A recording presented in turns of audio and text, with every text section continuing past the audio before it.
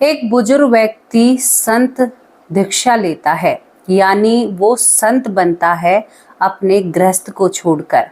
पूरी प्रक्रिया होती है, सही तरीके से संत बनता है और करीबन 7 साल संत बनकर इस दुनिया में रहता है।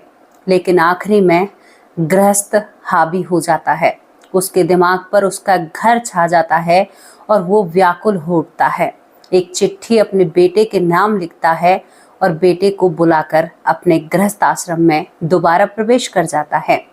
लेकिन दोस्तों, यहाँ पर बात क्या बन रही थी कि वो 7 साल संत सेवा होते हुए भी यहाँ पर गृहस्थ को नहीं भुला पाया था। आज आपको 2 जीवनों का पहलू मैं आपको एक ही जिंदगी में बताने वाली हूँ कि हमसे क्या क्या गलतियां और हम क्या क्या कर जाते हैं। यहाँ पर जब वो बेटे के पास जाता है तो 3 दिन के अंदर उसकी मृत्यु हो जाती है। मृत्यु के बाद यहाँ पर उसकी आत्मा उस ग्रस्त में नहीं रह पाती है, ना ही वो आत्मा उस घर को छोड़कर जा पाती है। वो उसी आश्रम में आती है, यानी एक आत्मा 2 तरह की जिंदगी में फंसकर रह जाती है। आज एक बहुत बड़ा पहलू, बहुत बड़ा चैप्टर आप लोगों के सामने रखने वाले हैं। इन चीज़ों से हमें बहुत सारी जानकारी मिलती है। हमने आम तौर पर बचपन से अपने बाबा, दादा, नाना, सभी से, नानी, दादी से सुना है कि जब बुढ़ापा आता है तो भगवान का नाम हमें भज लेना चाहिए। लेकिन आज इस घटना या इस कहानी के माध्यम से पता चलता है कि भैया, जो बचपन से ही भगवान का नाम जपेगा, बुढ़ापे में वृद्ध होने के बाद उसी की जुबान पर भगवान का नाम आ सकता है। अगर जो व्यक्ति पूरी जिंदगी भोग विलास में डूबा हुआ है तो वो व्यक्ति बुढ़ापे में भगवान का नाम जप ही नहीं सकता, यानी उसने अपना पूरा बुढ़ापा खत्म कर लिया है। ये सच्ची घटना है।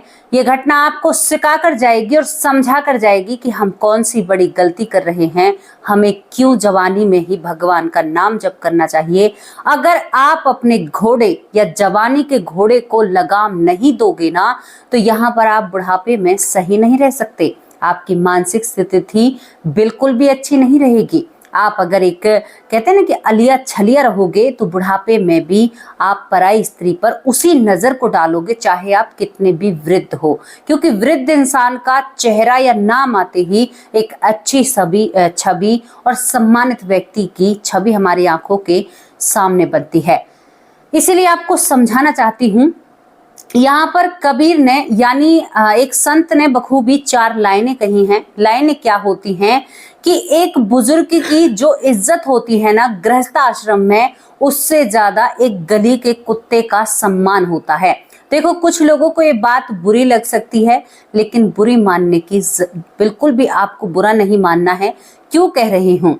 आज के युग में आपने देखा है बूढ़े बढ़े वृद्ध आश्रम में पड़े हुए हैं और यहाँ पर जो गली का कुत्ता है वो बिस्तर पर सो रहा है, उसे किस्सियां दी जा रही हैं, प्यार किया जा रहा है, उसे साथ सुलाया जा रहा है। अच्छा, कुत्ते को एसी की जरूरत है, घर के बाबा को एसी की जरूरत नहीं है, घर के पिता को एसी की जरूरत नहीं है।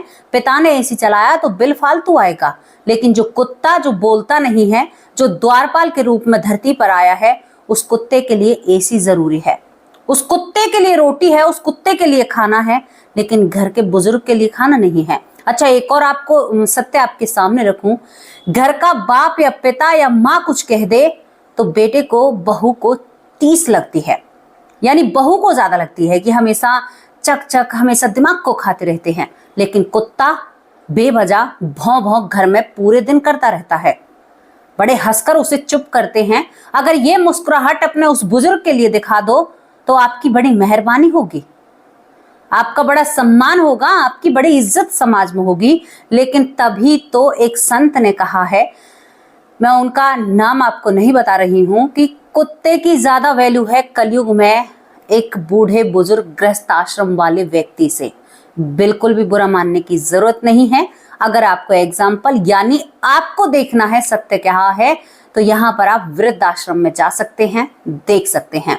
पूरी कहानी को सुनकर आपको बड़ा ही आनंद आएगा, बड़ा आपका मन लगेगा और आपको लगेगा कि हमने एक और अध्याय और एक और चैप्टर और एक और चीज हमारी समझ में आई। तो दोस्तों, क्या आप इस कहानी को सुनने के लिए तैयार हैं? क्या उस सच को जानने के लिए तैयार हैं जिस सच को मैं आपको बताना चाहती हूँ। कहानी की शुरुआत होती है दोस्तों, यहाँ पर एक किसान परिवार रहता है। किसान परिवार में एक व्यक्ति होता है जिसका नाम हीरा होता है। हीरा जिसकी पत्नी भरी जवानी में उसे छोड़कर चली जाती है और एक बेटा होता है। वो बेटा 1.5 साल का होता है। हीरा अपने बेटे को पालना चाहता है। हीरा दूसरी शादी नहीं करना चाहता। उसे अपने बेटे को पाल पोस कर बड़ा करना है और एक बड़ा आदमी बनाना है। हीरा एक बहुत बड़ा किसान था। उसकी कई दुकानें थी। वो दुकान पर बैठकर यहाँ पर सामान भी बेचा करता है, खेतों को पट्टे पर दे दिया करता है और अपने बेटे की परवरिश करता है। हीरा ने अपने बेटे की परवरिश माँ बाप से भी, यानी जो माँ नहीं कर पाती, शायद वो हीरा ने किया था। हीरा ने अपने बेटे को बहुत लाड चाव से पाल पोस कर बड़ा किया था और उसे वो हर वो चीज मुहैया करा रहा था जो उसकी जिंदगी के लिए, उसकी सेहत के लिए और उसके आने वाले कल के लिए जरूरी थी। धीरे धीरे हीरा का बेटा बड़ा हो जाता है। हीरा बार बार अपनी पत्नी को याद करता है और कहता है कि भाग्यवान, देखो मैंने तुम्हारे बेटे को कोई कमी नहीं होने दी है। क्योंकि हीरा अपनी पत्नी की जब वो बरसी मनाया करता था, यानी 1 साल में जिस दिन उसकी पत्नी की मृत्यु हुई थी, उस दिन हीरा कुछ गरीबों को खाना खिलाया करता था। इसी तरह से जिंदगी मजे में बीत रही थी। बेटा पढ़ लिख कर यानी ग्रेजुएशन करता है और उसके बाद एक अच्छी खासी नौकरी करता है। नौकरी के बाद दोस्तों यहाँ पर नौकरी में भी उस बेटे का मन नहीं लगता है, तो ये बेटा दुकानदारी संभालने लगता है कि बाबा आप बूढ़े हो चुके हो, आप घर रहो, मैं आपके दुकानों को संभालूंगा। वो घर के बिजनेस को आगे बढ़ाना चाहता था। तभी यहाँ पर हीरा सोचता है कि बेटे की शादी क्यों ना करा दी जाए। बेटे की शादी हो जाएगी तो घर में खाना बनाने वाली आएगी। हीरा कहता है कि बेटा दुकानों से तो तुमने मुझे हटा ही दिया है, यानी दुकानों से तो छुट्टी दे दी है। अब मैं इस गृहस्थ से भी छुट्टी लेना चाहता हूँ। मैं अपने दोस्तों में बात करना चाहता हूँ। पूरी जिंदगी मैंने कमाने में बिताई है। हीरा अपने बेटे की शादी करता है। धूमधाम से शादी होकर नई दुल्हन घर में आ जाती है। जब नई दुल्हन घर में आती है तो कुछ दिन परिस्थितियां बहुत अच्छी थी। कुछ दिन घर का माहौल मानो स्वर्ग से भी ज्यादा बढ़िया था। सुबह जल्दी चाय मिलना, नाश्ता पानी मिलना, खाना पीना टाइम पर आना। लेकिन तभी धीरे धीरे जो हीरा के बेटे की बहू थी, उसे हीरा एक आंख नहीं भाता है। उसे वो बुजुर्ग व्यक्ति बहुत बुरा लगता है क्योंकि पूरे दिन वो उसको खाना भी देना नहीं चाहती है। इतनी जलन अपने ससुर जी से करने लगती है।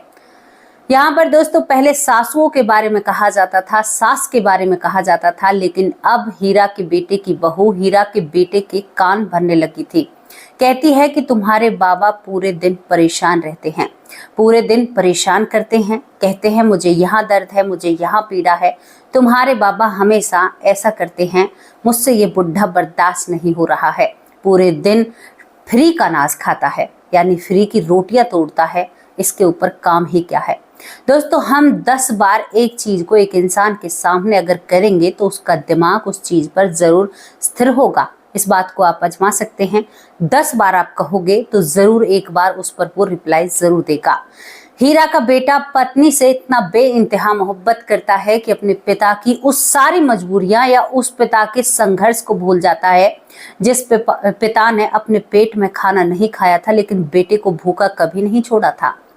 लालत है हीरा के बेटे जैसे बेटे पर। मैं तो यही कहूंगी, वो अपने पिता से कहता है कि तुम्हें शर्म नहीं आती बेटे की बहू को परेशान करते हुए।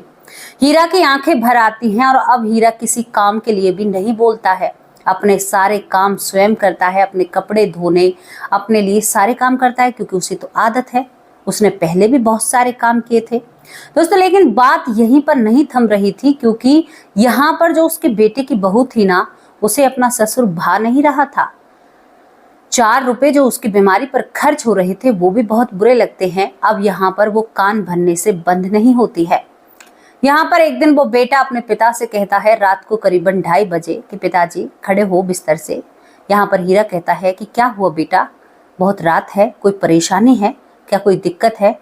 तो एक बेटा, जिस बेटे का रूप शायद पिता देखने की क्षमता भी ना कर रहा हो, वो बेटा अपने बाप की पीठ पर एक मुक्का रखता है। कहता है कि तुम्हारा लिहाज कर रहा हूं कि तुम मेरे पिता हो, इस घर को तुरंत छोड़ दो। किसी को पता नहीं चलना चाहिए कि मेरे बाबा कहाँ गए हैं।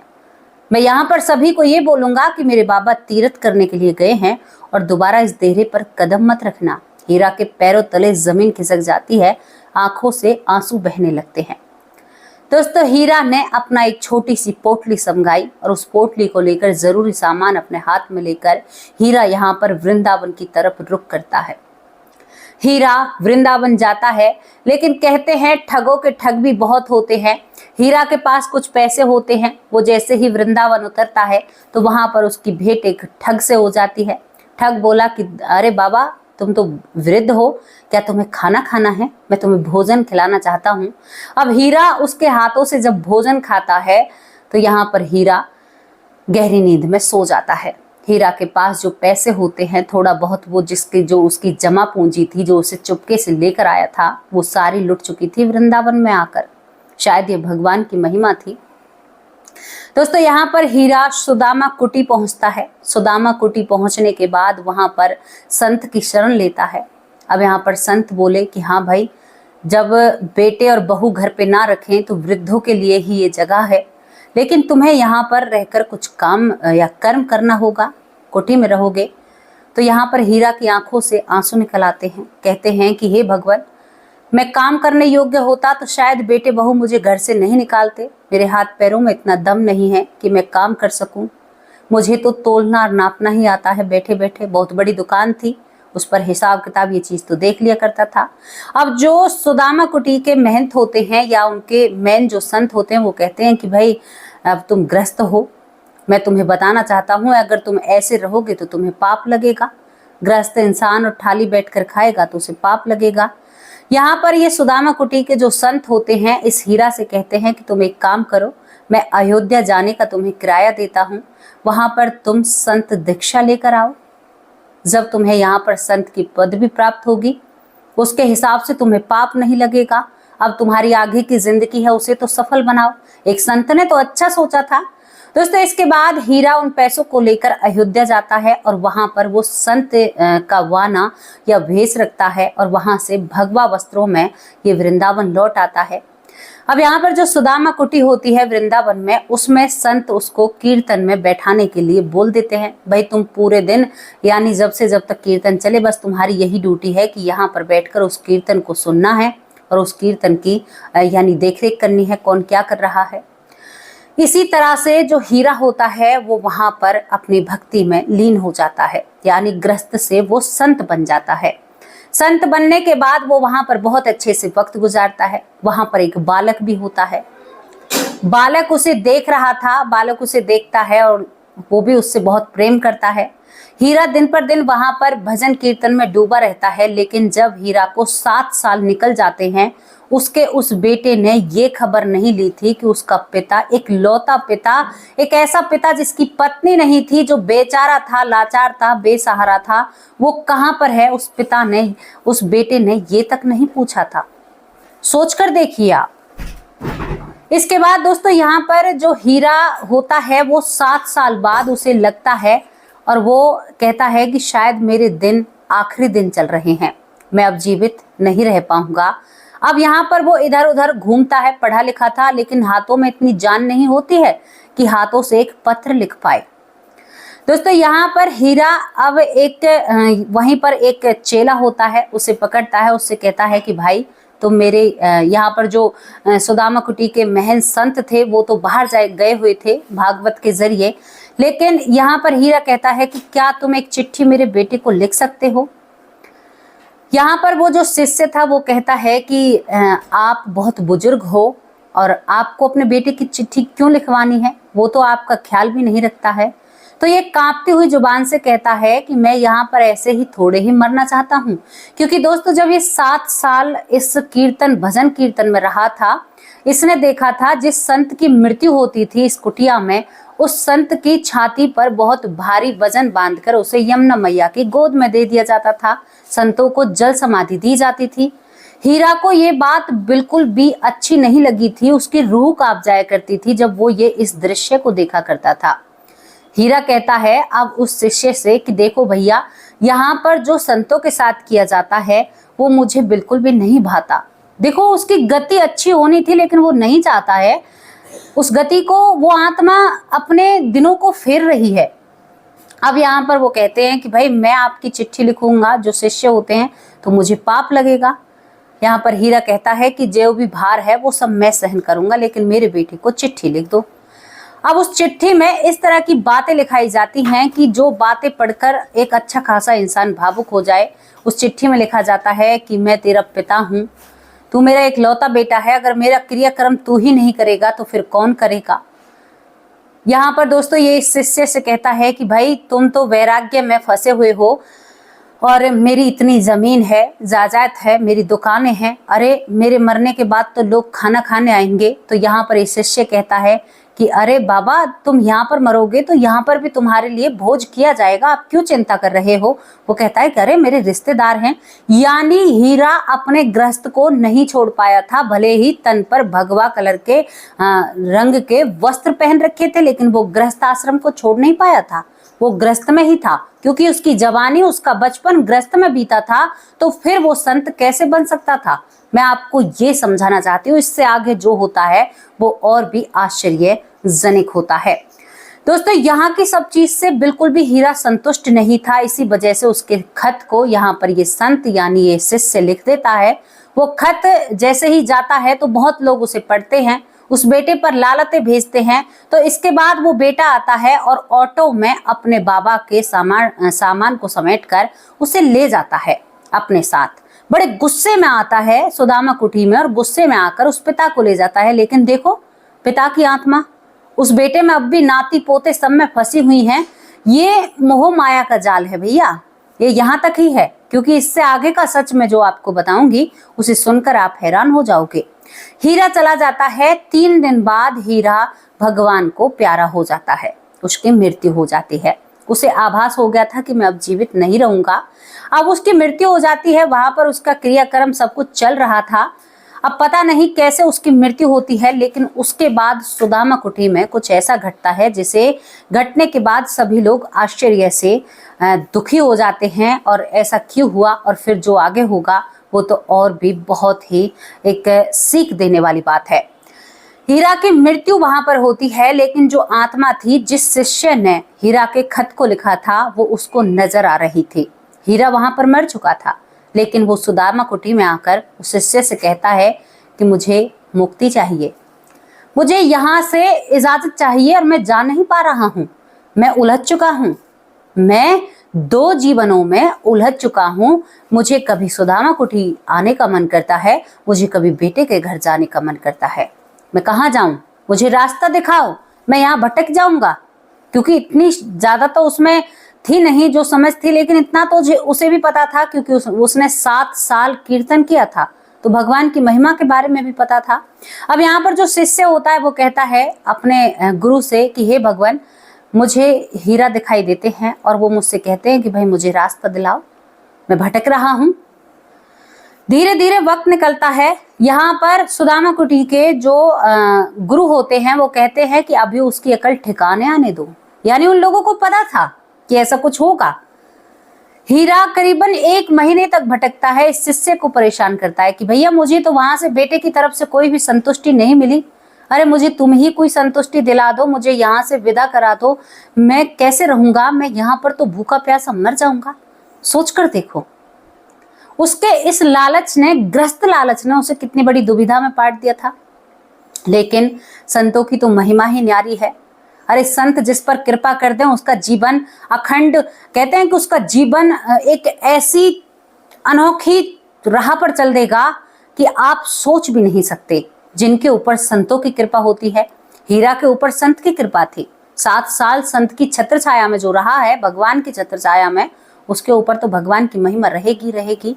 अब यहाँ पर जो ये सुदामा कुटी के महंत होते हैं, इन्हें बहुत ही वो आता है। इसी वजह से हीरा की आत्मा को सही रास्ता दिलाने के लिए जो शिष्य होता है, महंत होता है, वहां पर 7 दिन का भागवत पाठ होता है। भागवत पाठ के जरिए यहाँ पर उद्यापन होता है और हीरा के नाम का ही भोज निकलता है, यानी प्रसाद बनता है। कुटी की तरफ से जो कर्तव्य था वो निभाया जाता है। उस दिन हीरा यहाँ पर गुरु शिष्य दोनों को नजर आता है और वो बहुत मुस्कुराते हुए और हाथ जोड़कर अनुमति लेकर वहां से बड़ा हंसता मुस्कुराता हुआ चला जाता है। ये होती है संतों की महिमा, ये होती है उस भगवान की महिमा, और ये होती है एक बुजुर्ग व्यक्ति की सोच। तो भैया इस चक्कर में मत रहना। मैं अपने भाई अपनी बहनों से, अपनी माओ से प्रार्थना करना चाहती हूँ, इस चक्कर में बिल्कुल मत रहना कि कहते हैं ना कि पूरी जिंदगी कमाया धमाया बुढ़ापे में भगवान का नाम जप करेंगे। शरीर का दर्द आपको नाम जप करने नहीं देगा। घुटनों का दर्द, कमर का दर्द, सर का दर्द, पेट में दर्द, कभी खांसी है, कभी जुकाम है, कभी सांस नहीं आ रहा है, सांस फूल रही है, कहाँ से याद करोगे? पूरी जिंदगी जो पोते याद किए हैं, पूरी जिंदगी जो बेटा याद किया है, पूरी जिंदगी जो बहुएं याद की हैं, वही जुबान पर आएंगे और आप फिर आगे जाने लायक नहीं रहोगे। आप भटक जाओगे और भटक गए तो एक आत्मा का लक्ष्य खराब हो जाएगा। आपका लक्ष्य गृहस्थ आश्रम की वजह से खराब हो सकता है। वरना गृहस्थ आश्रम वाले जो लोग होते हैं उन्हें सबसे ज्यादा बेनिफिट क्या होता है, मैं आपको मोटी मोटी चीजें बताना चाहती हूँ जिस तरीके से आपको समझ में आए। जो गृहस्थ आश्रम वाले लोग होते हैं ना, उनके लिए भगवान बहुत सारी चीजें आसान कर देता है। जिस तरह से यहाँ पर अगर आप सीधा प्रार्थना करें ना भगवान के, कहते हैं ना कि हम सामने हम इतनी अखंड भक्ति करेंगे कि भगवान प्रसन्न, नहीं भैया ऐसे नहीं होंगे। वो बड़े शांत स्वभाव से होंगे, वो आपके भोलेपन से प्रसन्न हो जाएंगे, वो आपके नटखटपन से प्रसन्न हो जाएंगे, वो आपके एक लक्ष्य से प्रसन्न हो जाएंगे। तो यहाँ पर कहते हैं कि जो संत होते हैं वो 100 साल तपस्या करेंगे, गृहस्थ आश्रम वाले को एक दिन की पूजा से वो सब कुछ प्राप्त हो जाता है। पता है आपको, वो उठेंगे क्योंकि उनका काम क्या है? भक्ति करना। हमारा काम क्या है? इस दुनिया में हमारा भी सहयोग बनता है दुनिया चलाने में।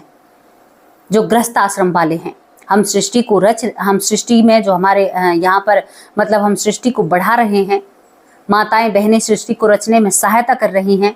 घर पर भोजन, ये जो संत निकलते हैं ये भी गृहस्थ आश्रम से ही निकलते हैं, किसी माता बहन की कोख से पैदा होते हैं।